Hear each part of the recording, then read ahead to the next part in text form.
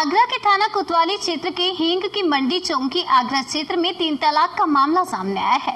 थाना कोतवाली क्षेत्र के हींग की मंडी चौकी आगरा क्षेत्र में रहने वाले रिहान उर्फ गोनी के लिए शमशाबाद आगरा निवासी हीना पुत्री सज्जो की शादी मार्च 2018 में बड़े ही धूमधाम से हुई थी। हीना के परिजनों के मुताबिक शादी में कुल 18 से 19 लाख रुपए खर्च किए थे, जिसमें 8 से 9 तोले गहने, 2,51,000 रुपए नगद दिए थे।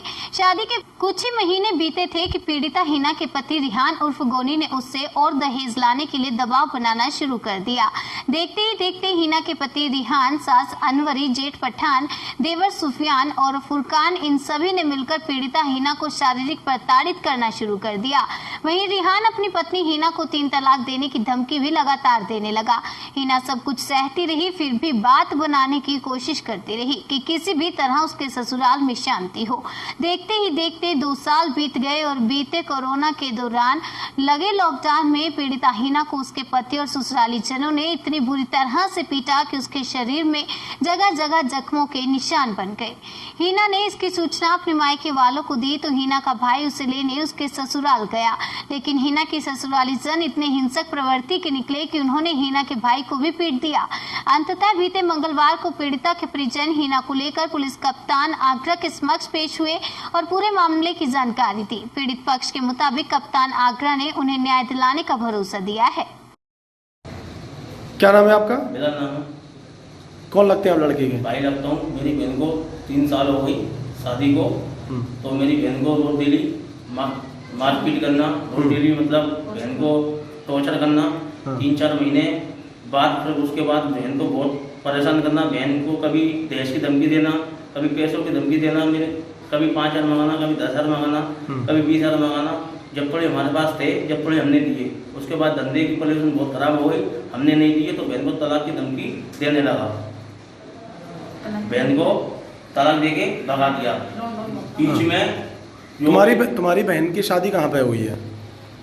इनकी मंडी सेठ गली तकिया बाजार आगरा में। आगरा। अच्छा, नाम क्या है? रेहान। रेहान के लिए शादी हुई है? हाँ, रेहान के लिए शादी की थी।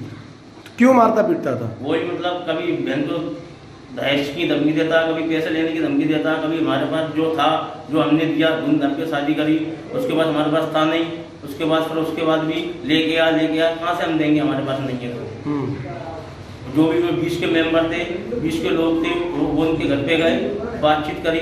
बातचीत करने के बाद उनको भी गाली गुप्तारी देके उनको भी घर से भगा दिया। तो आपने इस मामले में पुलिस में शिकायत करी? पुलिस के पास शिकायत करी थी, वहाँ कोई सुनवाई हुई नहीं। हाँ। और उसके कल हम कप्तान साहब के पेश हुए। हाँ। उन्होंने हमें न्याय का भरोसा दिलाया। कल आप कप्तान साहब के पास? कल हम कप्तान साहब के पास गए थे, उन्होंने न्याय का भरोसा दिलाया। ठीक। क्या नाम है आपका? क्या मामला है? मेरी शादी को 30 साल चल रही है। मुझे मारते हैं, पीटते हैं, मुझे घर से पैसे मंगाते हैं। इसमें मेरे ससुराल वाले सब शामिल हैं, मेरे जेठ, देवर, नंदे, सास। घर से पैसे नहीं लाती हूँ तो फिर मारते हैं। 30 साल चल रही है। जब ऐसा कौन सा दिन नहीं है मैं मतलब पिटी नहीं हूँ। मैंने बहुत बर्दाश्त करा। जब मेरे हद नहीं हुई, मैं अपने भाई को बुलाया। मेरा भाई मुझे लेना आया था। मेरे भाई को भी अत्याचार करी। मेरे भैया को मेरे भैया लेने आ गया। फिर उसके बाद मुझे तलाक दे दिया। तलाक दे दिया आपको? तलाक दे दिया। फिर पंच वाले गए थे, उनको भी गाली गुप्तारी दी। फिर उनके बाद मैं भी उस घर में दोबारा गई। उसके बाद मुझे मार पीट के तलाक दे के भगा दिया। तो ये लगातार आपके साथ में मारपीट होती रही है? हाँ। मारपीट कौन कौन करते थे? मेरे हस्बैंड, मेरे सास, नंदे, जेठ। अच्छा, और दहेज कौन कौन मंगाता है? जी, सास, नंदे, जेठ। यही सारे लोग दहेज के लिए भी? हाँ। अच्छा, तो इसके लिए आपने घर में अपनी शिकायत करी अपने मायके पक्ष में? जी नहीं, मैं बर्दाश्त करती रही। मैंने किया, मैं सहन करती रही। फिर जब बर्दाश्त की आदमी हुई तो मैंने अपने भाई को फोन बुलाया, भाई को फोन किया। जब मेरे भाई मुझे लेकर आए, मेरे भाई को भी अत्याचार करी।